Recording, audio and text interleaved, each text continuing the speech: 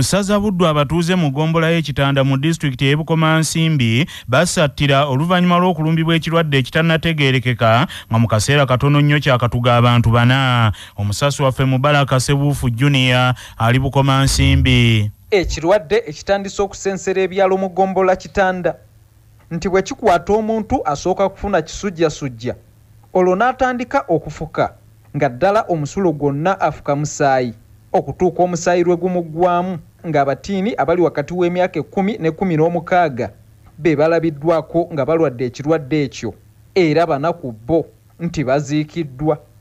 Ssentebe w'egombola kitanda Kamuli Yozefu agambye nti abatuuze be bali mu kutya kuba ekirwadde ekyabazinze tebannakitegeera. Nga ssentebe wa gombola kitanda nfunye okwemulugunya n'okutya kw'abantu b'ekitundu b'enkulembera kwe balimu nga kati ndi wano Kyankoko naye bannyonnyodde enfa omwana gye yafuddemu owa defense w'Ekyankoko nga bantegeeza nti omwana afuna obulwadde ng'omusujja naye bwe bugenda bukula atandika okufuuka omusaayi era bandaze nti omwana we yafuse omusaayi ne bamutaako eccupa z'omusaayi 10 n'amala n'asaba minisitule y'ebyobulamu omulimu akulira ebyobulamu mu disitulikiti ya Bukomansimbi okujja okukola research ku bulwadde buno mu bantu gye bwatuuse si kulwa nga waliwo ekirwadde ekyabalusewo nga situnnakitegeera.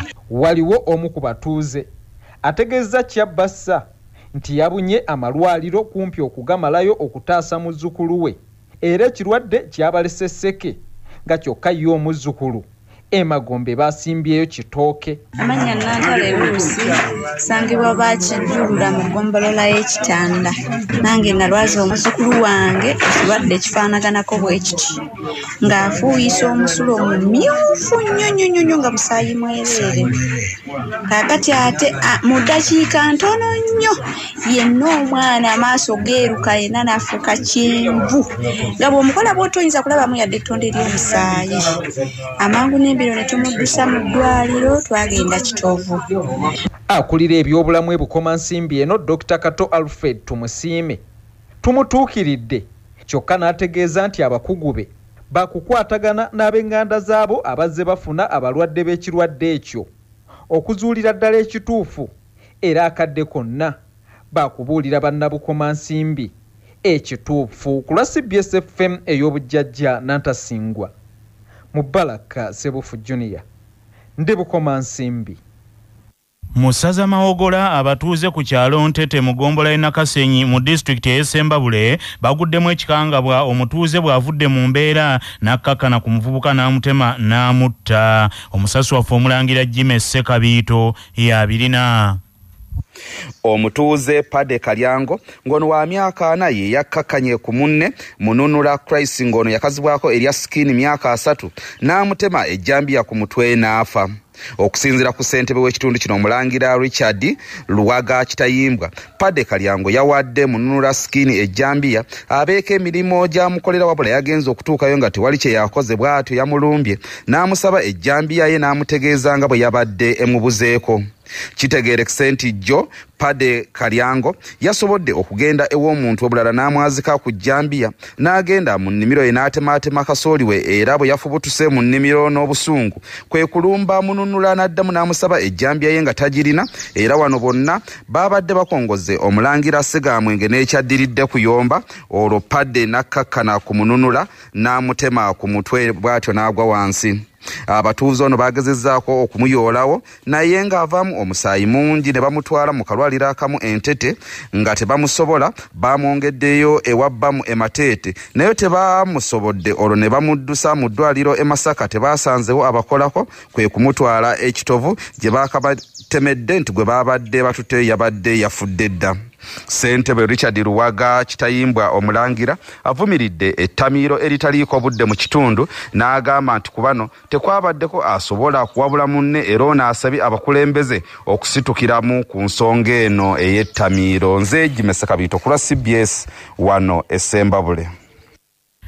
Musaza Buddu ng'eggye lya UPDF lijaguza okweza emyaka 43 abamu ku batuuze e Kalungu baliyozayozezza okunyweza ebyokwerinda bya Uganda kyokka abalala banakuwavu olw'abantu ba bulijjo ate okuvunaanirwa mu kkooti z'amagye. Omusasi waffe Nsubuga Muzaffalu abirina.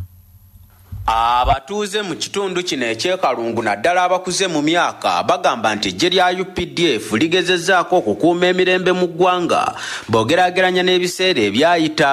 Haji Sakawooya ono nga mutuuze ku kyalo Butawaata ekitosi mu ggombolola y'Ekyamuliibwa agambye nti eggye lya UPDF ng'oggyeeko okunyweza ebyokwerinda by'eggwanga kyokka nti okugenda ku muliraano gamba nga mu Democratic Republic eya Congo, Somalia ne mu nsi endala. Kabonero kalungi nnyo akaweesa Uganda ekitiibwa mu nsi yonna. Kyokka John Kawooya agamba nti ekyokukwata abantu ba bulijjo ne babavunaanira mu kkooti y'amagye beetaaga bakikyuse. Okusoomooza kwendabawo kwe kubeera nti ne bakwata abantu ate abatali ba civilian ate munene babawozesa mu makooti g'amagye. Tubadde tusaba ekintu ekyo kitunulwemu bakikomye. Omuntu wabanga akwatibwa nga civilian wadde kalo bakwatiddwa n'ebyambalo by'amagye ova mundu naye atwalibwe mu kkooti ez'abantu ba bulijjo. Ate mpozi era mbatendereza nnyo okubeera nti kakati nabo balinawo gundi department ey'okuzimba bakoze nnyo mu bitundu, bazimbyeyo amalwaliro, bazimbyeyo amasomero, baddaabiriza enguudo. Ekintu ekyo kirungi nnyo kubanga mu magye gali agaasooka nga ffe ababaddewo kubbanga Obote yafugira n'abakulembeze abalala gundi department eyo mu magye teyaliimu. Naye kati mu mbeera y'emu ng'eggye lino erya UPDF liri mu kujaguza emyaka 43 abakulembeze mu ggombolola y'e Rwabenge basanyufu olw'eggye lino eriri mu kuzimba ebibiina ku ssomero lya gavumenti erya Kisitula Primary School ng'essomero lino mu kiseera kino liri mu mbeera mbi nnyo. Kalema John kansala akiikira Rwabenge sub county ku district e Kalungu ntwala omukisa guno okwebaza eggye lyaffe lya UPDF olw'otulowoozaako ne mutuzimbira ebizimbe ku ssomero lyaffe lya Kisitula Primary School. Essomero eryo libadde bubi nnyo mu nsonga y'ebizimbe. Tweyanziza nnyo, tweyanzeege mu bikujjuko bino eggye lya UPDF tubeebaza nnyo. Mwebale nnyo, mwebalire ddala nga mukuza olunaku olwa ttale 6. Ku lwa CBS radio y'obujjajja Nsuubugamu Zaffaaru ekalungu mu Buddu. Ate musaza Mawokota abavubi ku mwalo gw'Ekamaliba mu Lwera mu district y'Empigi bakuzizza olunaku lw'eggye lya UPDF olwa ttale 6 ne beebaza amagye okuzzaawo empisa ku nnyanja eryolekedde okusaanawo olw'envuba embi. Omusasi waffe Patrick Serugo ayogeddeko nabo. Abavubi b'Ekamaliba n'emyalo emirala olunaku lwa ttale 6 balukuliza ku mwalo ogwo bwe bayonjeza ekitundu ate ne bafuna omusomo ogukwata ku nvuba etamenya mateeka.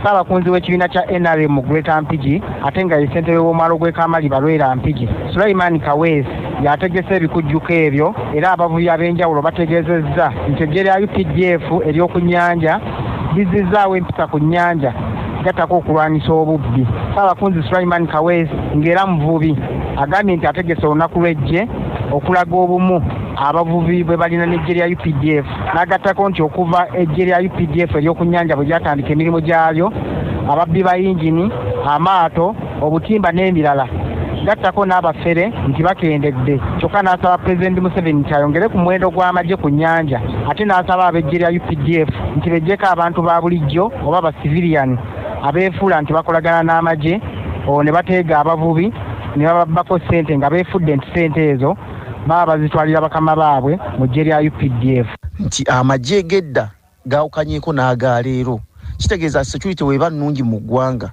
naffe nga ba civilian tulina okuba n'emirembe kubanga kati essaawa zino twogera ku mirimu gy'oku nnyanja nti amagye mu biseera biri nga amagye teganajja ku nnyanja ng'abavubi babbibwa yingini, omuntu ava eri nga n'abafere bangi nnyo.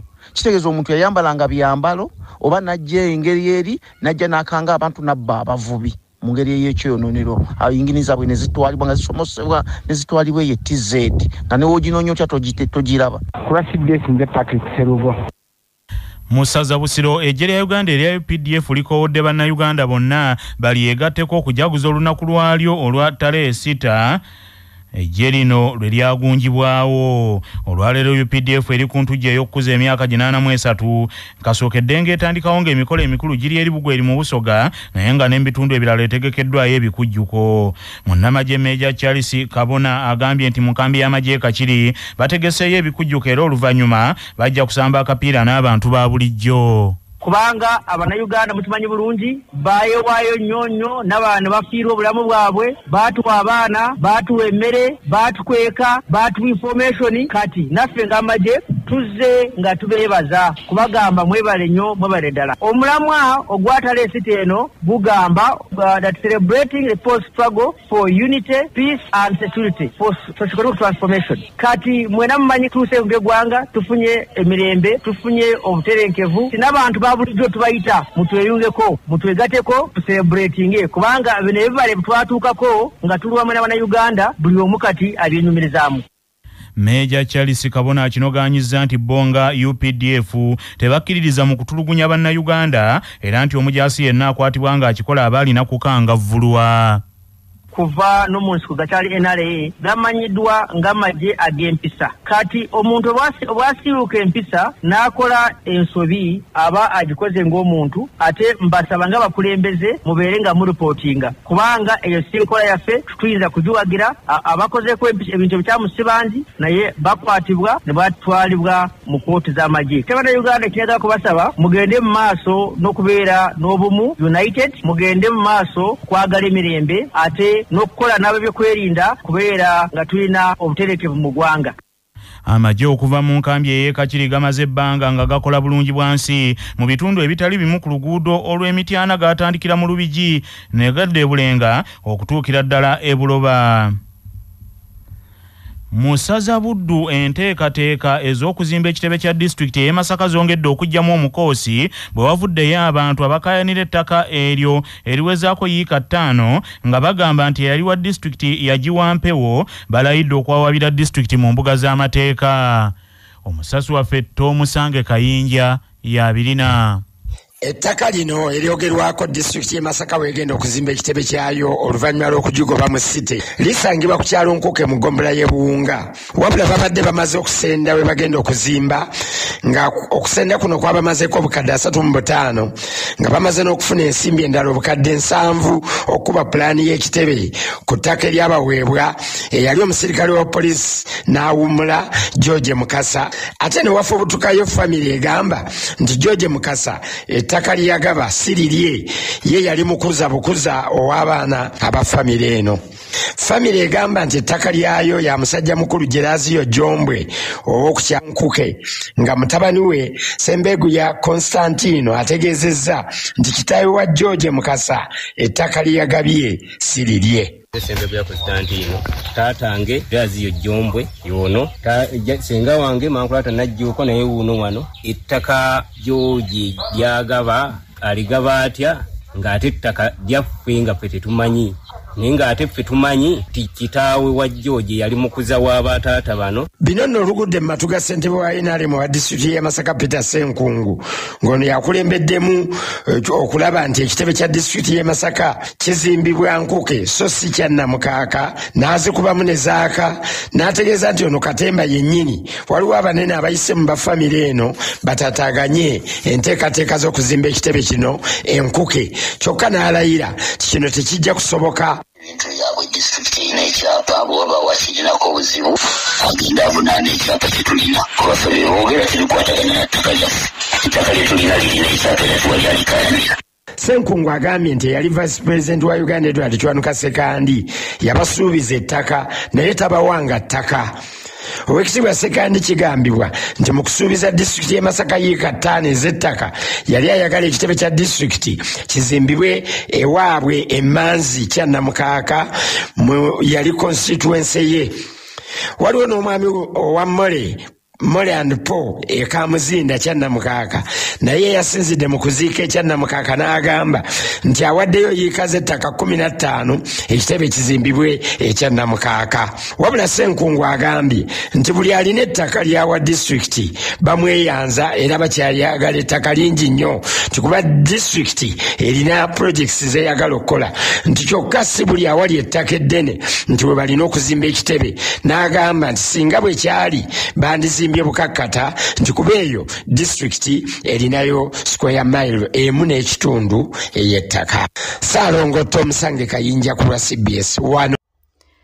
Updates okuva mu ggwanga erya Sudan. Communication networks zagiddwako era nga amawulire agava mu ggwanga erya Sudan kigambibwa nti amagye aga RSF ge gali emabega w'okuggyako network zino. RSF terina kyayogedde ku nsonga zino eza network okugibwako, wabula sources okuva mu RSF kigambibwa nti omu ku bo yagambye nti bo tebalina akakwate ku nsonga z'okuggyako communication networks mu ggwanga lino erya Sudan.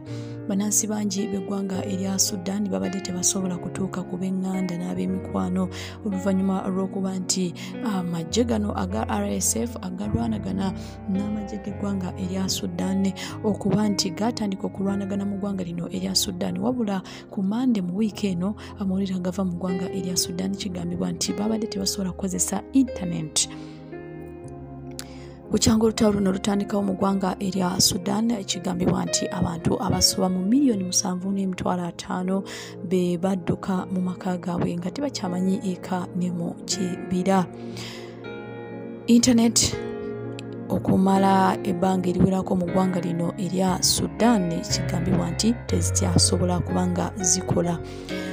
Wakati wa South African owned MTN Sudan ne state owned Sudan kigambibwa nti zino zonna tezisobola kukozesa internet olw'ensonga nti amayengo ga internet bo baagagyeko.